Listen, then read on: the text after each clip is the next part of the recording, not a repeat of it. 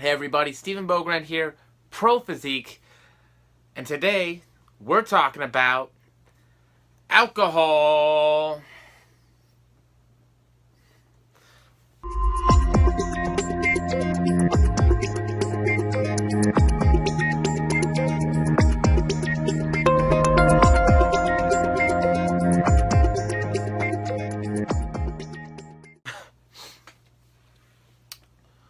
So, let me first explain why I wanted to talk about this today. I had a client who emailed me with a question, and it was a question that I actually have never heard before.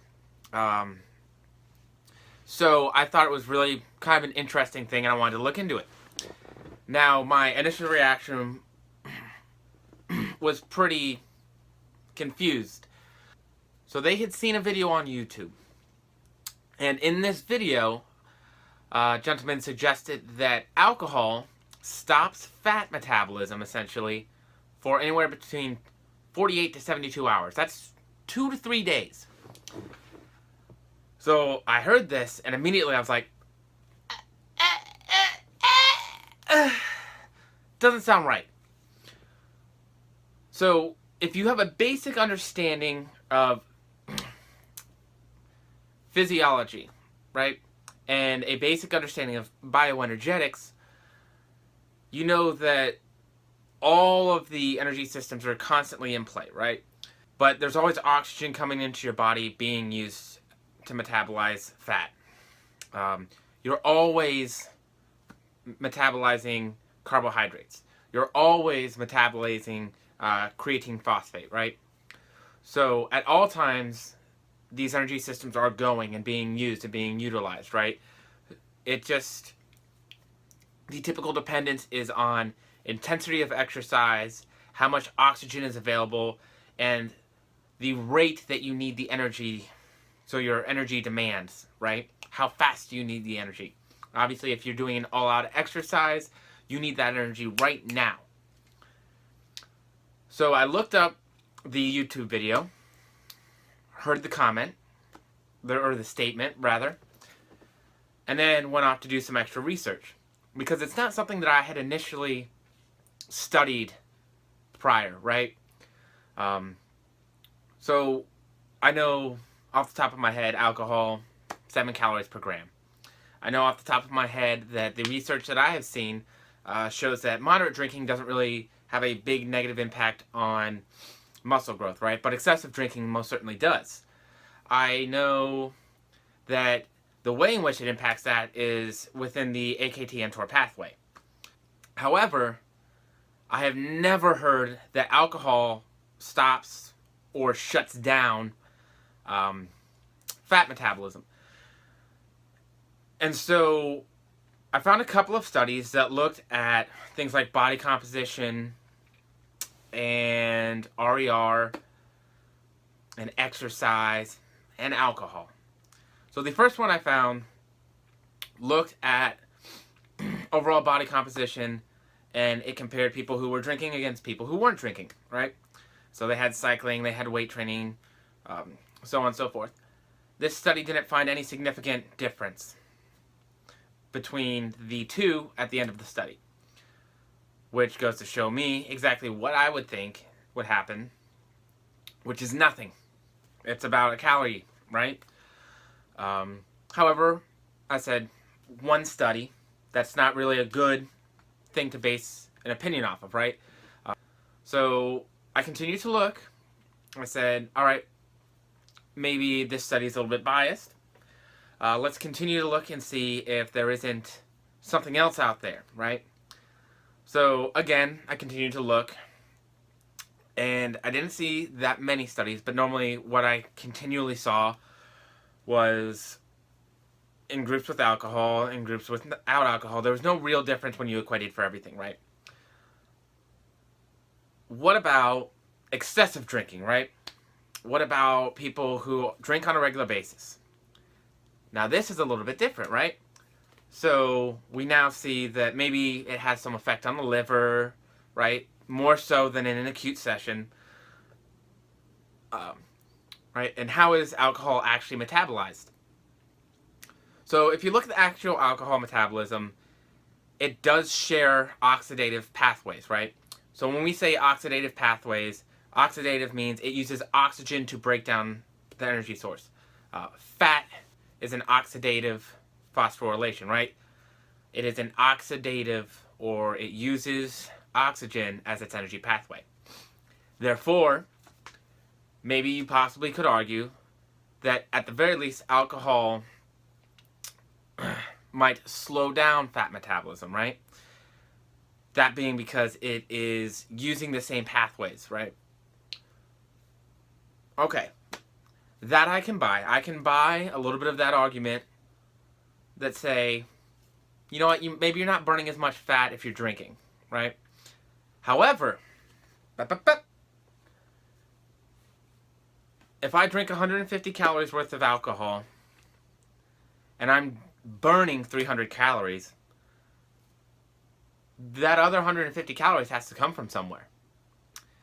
Now, it might not all come from fat metabolism, but to say that alcohol is interfering with whole body fat metabolism in such a manner to where it's completely shut off seems very ludicrous to me, right?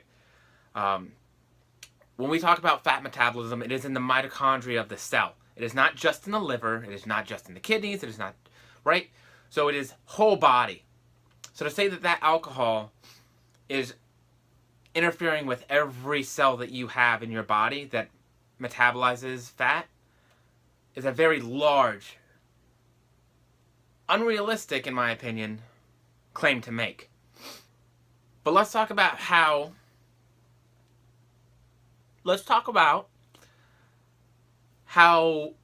excessive drinking affects liver metabolism and body composition changes possibly as well. So what I want to talk about is what I found on the National Institute of Alcohol Abuse and Alcoholism's website. Now, this is a government-run organization about how alcoholism and alcohol abuse are affecting your body, right? This was a very, very in-depth article. There was a lot of chemistry and physiological chemistry within it. So, very dense reading in the first place, and I will try to make it as simple as possible to really try and make it understandable for anybody out there. Because I know that a lot of us don't have that education, and even for myself, it was not an easy read. Really what it talks about is the liver. So obviously we know that it can end in cirrhosis of the liver. It can give you a lot of more fat on your liver and those things, but that's really as far as it goes. It doesn't go into anything about how it might affect fat metabolism as a whole, which doesn't give me any reason to buy the whole alcohol shuts off fat metabolism for 48 to 72 hours argument. Now, this is with excessive drinking. Again, so this is excessive alcohol consumption. The argument made in the YouTube video was that if you're going to have a drink, that one drink or two drinks is going to shut off fat metabolism. By no means am I saying go out, get wasted all the time, party it up, do it to it, bro. Here's what I'm saying, is that if you want to live a life that is flexible, where you can enjoy a drink, where you can go out with friends and relax, and not have to worry about whether or not one drink's going to kill you, right?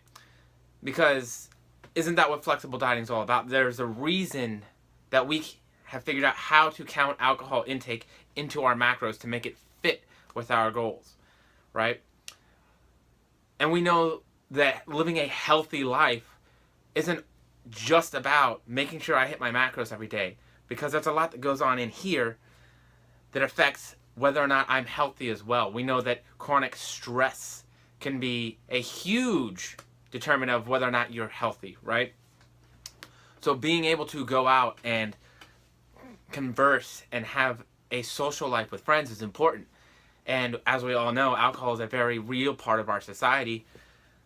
So if the evidence isn't there to support such a claim, then we probably shouldn't make such a claim. I know that the fitness industry and the health industry tends to be overrun with ideas of extremes, right? Like, you have to train 7 days a week. You have to kill yourself in the gym. You have to do this. You have to do that. But I don't buy it. I have seen for myself the huge variance of things that work, right? I've seen people lose weight on a Twinkie diet. I've seen people get stage ready eating pizza. I've seen people eating Pop-Tarts, right? And I've seen people die of a heart attack at 32. I've seen heart transplant patients in their 30s. So, for me to hear something like, if you have a couple drinks, you're turning fat oxidation off. You're no longer burning fat for the next 2 to 3 days. It doesn't rest well with me. So, long story short, do I believe that having a drink or two shuts off fat metabolism for 2 to 3 days? Absolutely not. Do I believe that you can drink as much as you want and get away with it? Absolutely not. Drinking, just like anything else, should be in moderation. There are healthy amounts that we can incorporate into our lives that still are going to allow us to make progress, be healthy, have a full, happy life, and still make progress towards our physique or health goals. That's really all I have. This is Stephen Bogren here at Pro Physique. Hope you guys have a great week. And I know that this got a little bit in depth, but I hope that you got something very useful out of it. Till next week, guys.